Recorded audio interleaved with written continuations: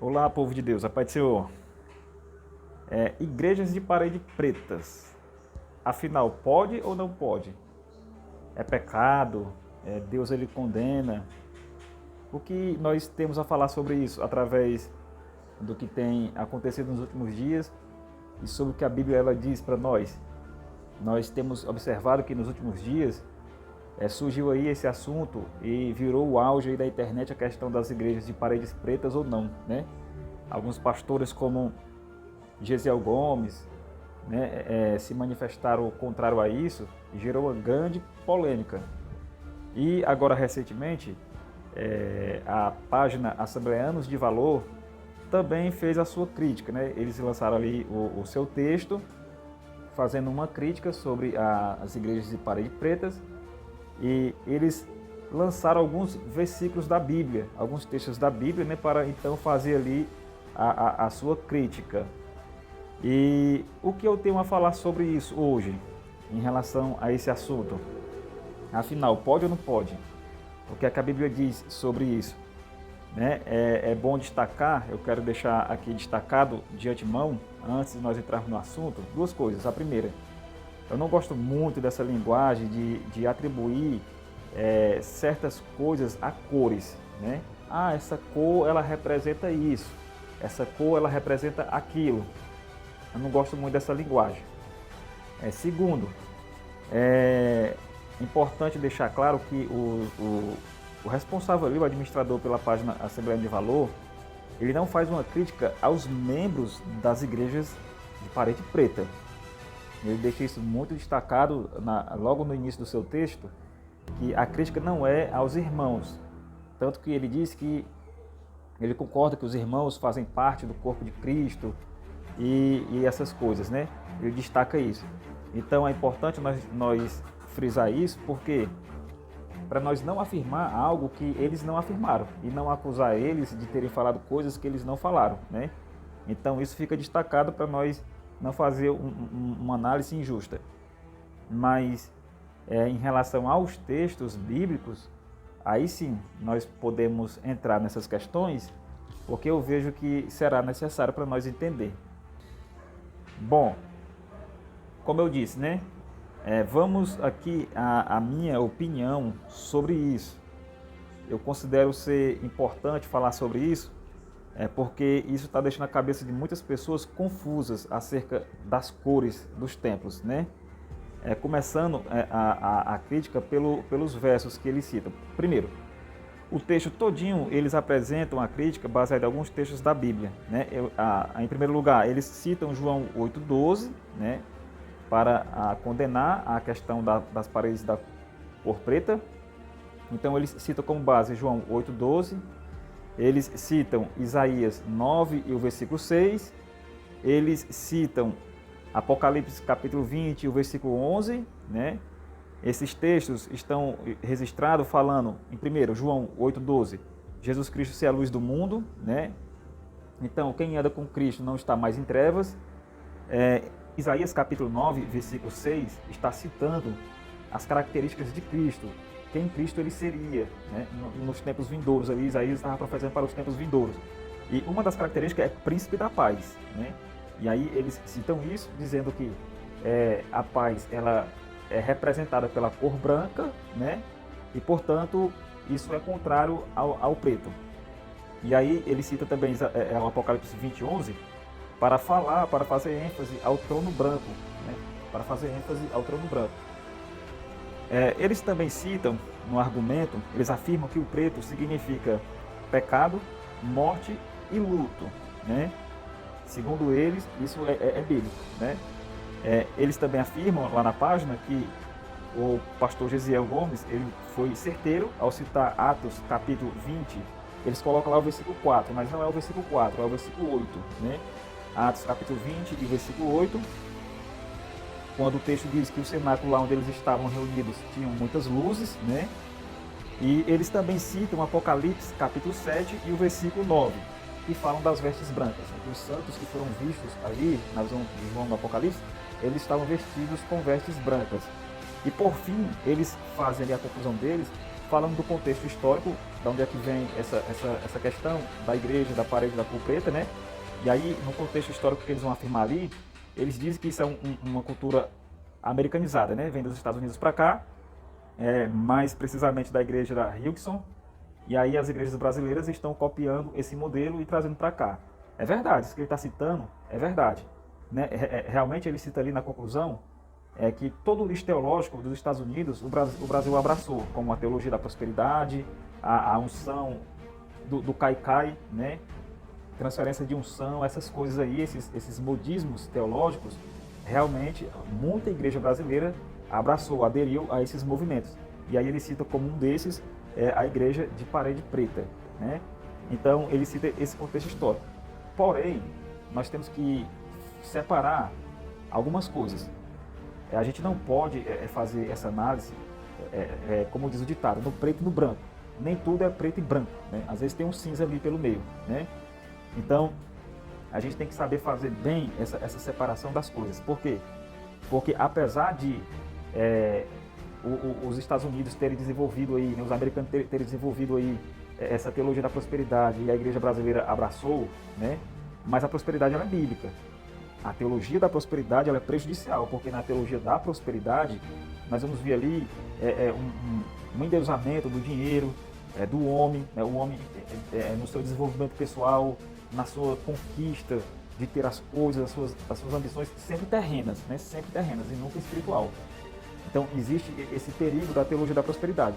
Mas na essência bíblica a prosperidade ela é real. E Deus ele prospera o seu povo, né? Dentro de um contexto bíblico, dentro de um parâmetro bíblico, em obediência e santidade à palavra de Deus, Deus ele sim abençoa o seu povo.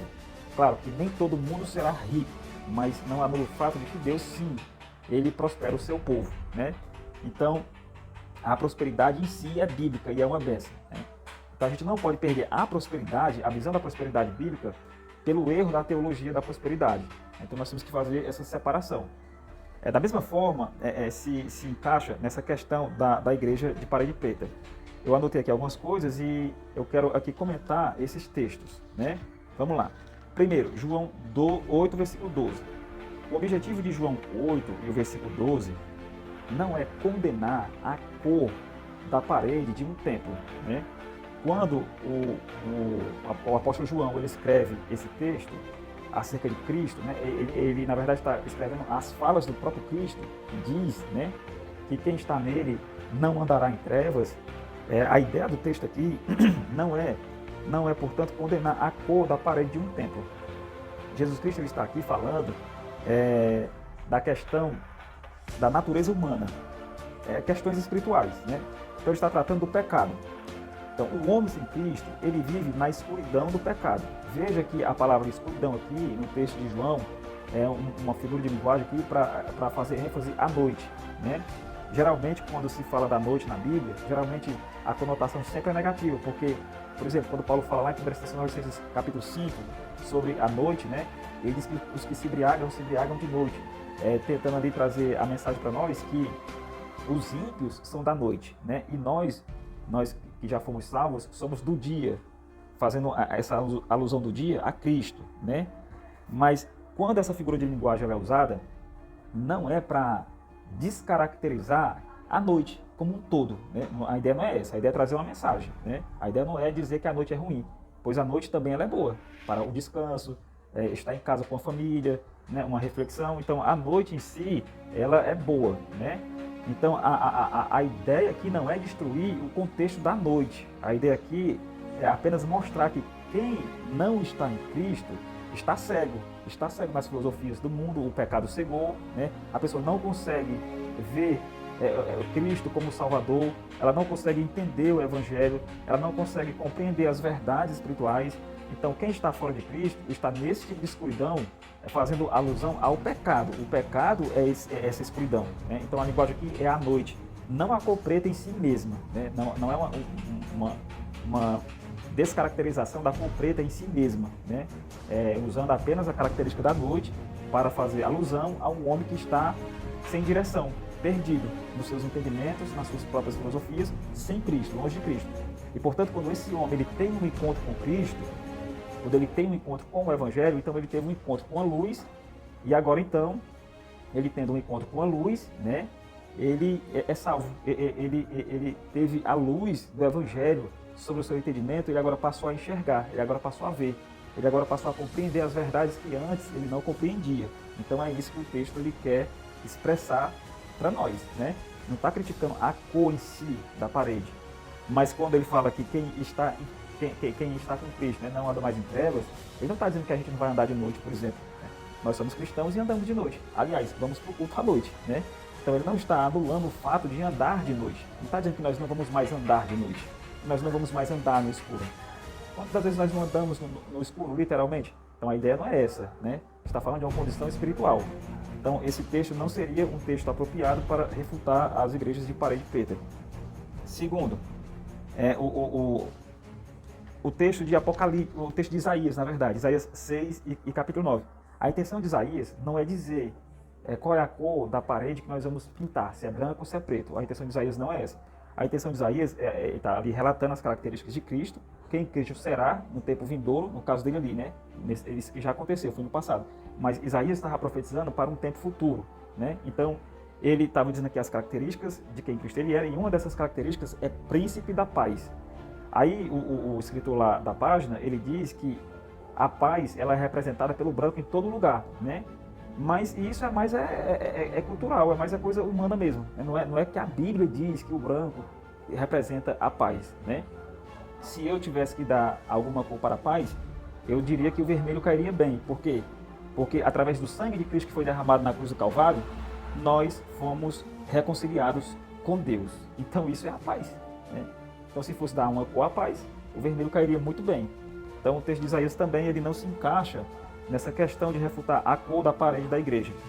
Apocalipse capítulo 20 e o versículo 11 não está querendo contrastar um trono branco com um trono preto. Aliás, naquele dia, Satanás nem terá trono, né? Então a ideia de João aqui, na visão de Apocalipse, ele não está querendo contrastar um trono branco de Cristo com um trono preto do diabo, né? A mensagem não é essa. Apenas ele quer trazer a mensagem que Jesus Cristo ele vai julgar. Né? Ele julgará no juízo final. É só isso, né? A ideia é só essa e nada mais. Aliás, também Apocalipse capítulo 2 e versículo 7, capítulo 2 e versículo 13, né? Quando fala do trono de Satanás na igreja de Pérgamo, nem diz que cor é.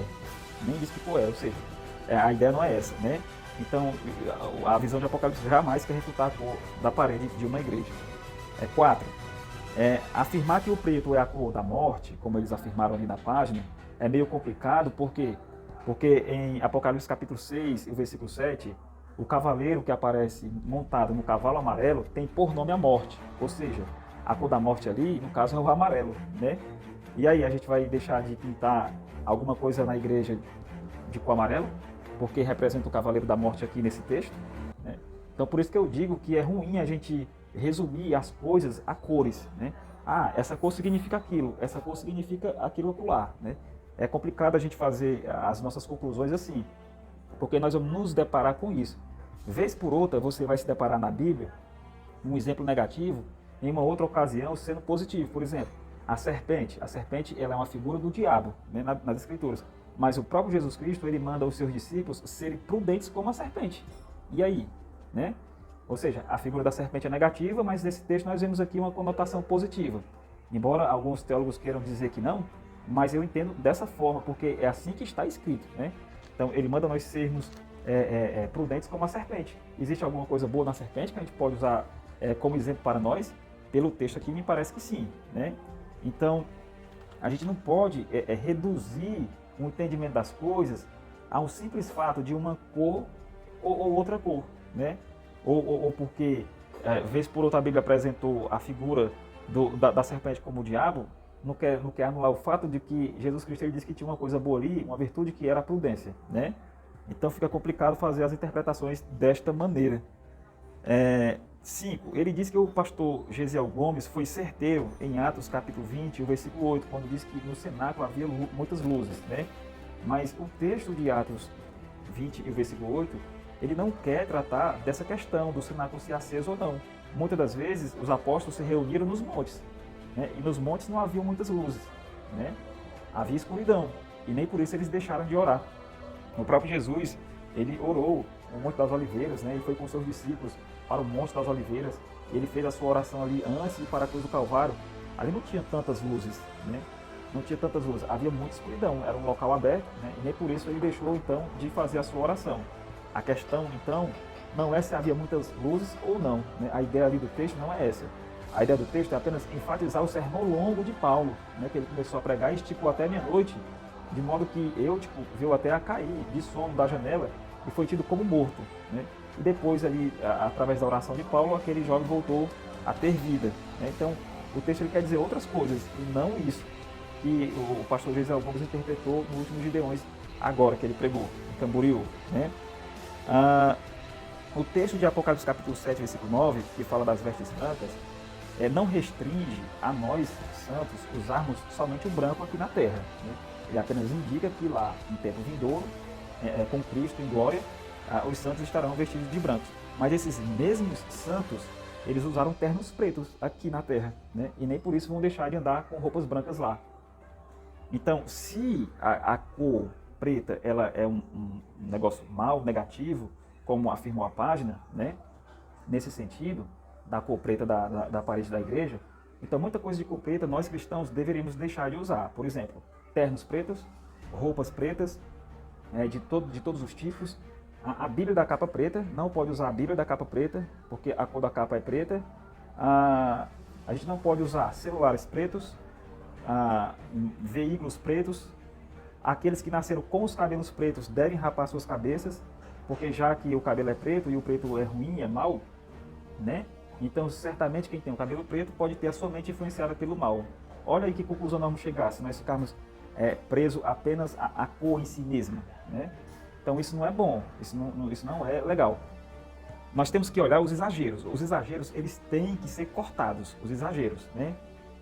Existem muitas igrejas por aí dessa modalidade preta, lembrando que eu sou assembleano, ok?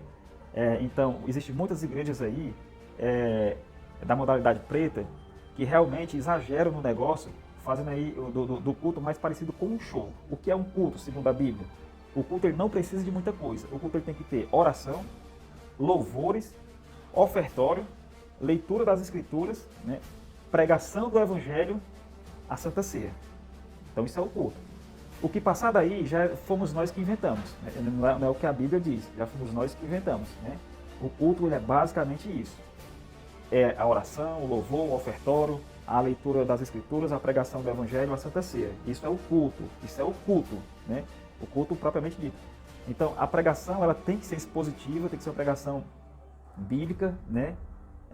O centro da pregação tem que ser Cristo, né? Mas muitas igrejas, elas querem realmente atrair os jovens dessa maneira, fazendo festas, gritarias, fumaças e outras coisas mais que eu também não acho muito legal, né? Mas a cor em si mesma, a cor preta em si mesma não interfere em nada. Por quê? Porque existem muitas igrejas claras e muito claras, né? Como as igrejas neopentecostais, que só pregam heresias, né? Temos aí o exemplo da Universal e outras da sua modalidade, né? Que pregam muitas heresias, né? Que o evangelho passa muito distante. Muitas Assembleias de Deus, que são a maioria brancas e claras, os pastores se prendem a falar apenas de cabelo, brinco, calção, time de futebol, o que pode e o que não pode, né? Em vez de expor as Escrituras, em vez de expor o texto, em vez de pregar o texto. Ou seja, são igrejas claras que não pregam o evangelho, que são Assembleias de Deus, né? Ou seja, a questão não é a cor da parede, a questão não é o nome da igreja, a questão é a exposição bíblica. Se a exposição bíblica ela é genuína, se ela é fiel, né? Muitas igrejas que têm a parede preta, muitos pastores dessas igrejas, não todas, né, eles expõem sim a verdade do evangelho, né? E a verdade do evangelho é que transforma. Então, esse negócio de julgar a igreja pela cor da parede não é um negócio muito bíblico e nem é legal, né? Muito pelo contrário, isso dá margem para o legalismo, né, religiosidade e nos faz idólatras de cores, idólatras de instituição, idólatras de templo. E nós temos que nos desprender disto, né? Então essa é a verdadeira análise que eu entendo, né, que deve ser feita. Não é a cor em si. Pois se eu entrar numa igreja de parede preta, eu consigo adorar a Deus do mesmo jeito que eu adoro uma igreja de paredes brancas. Isso não altera a minha adoração a Deus. Da mesma forma que se eu estiver num ambiente que as luzes estão acesas, eu ando em muitas igrejas que a cultura é pagar a luz. isso não interfere na minha adoração e na minha fé em Cristo Jesus. Então que nós possamos então nos apegar às Escrituras e não às legalidades e às críticas, né, infundadas. Então que Deus em Cristo Ele nos abençoe no nome de Jesus.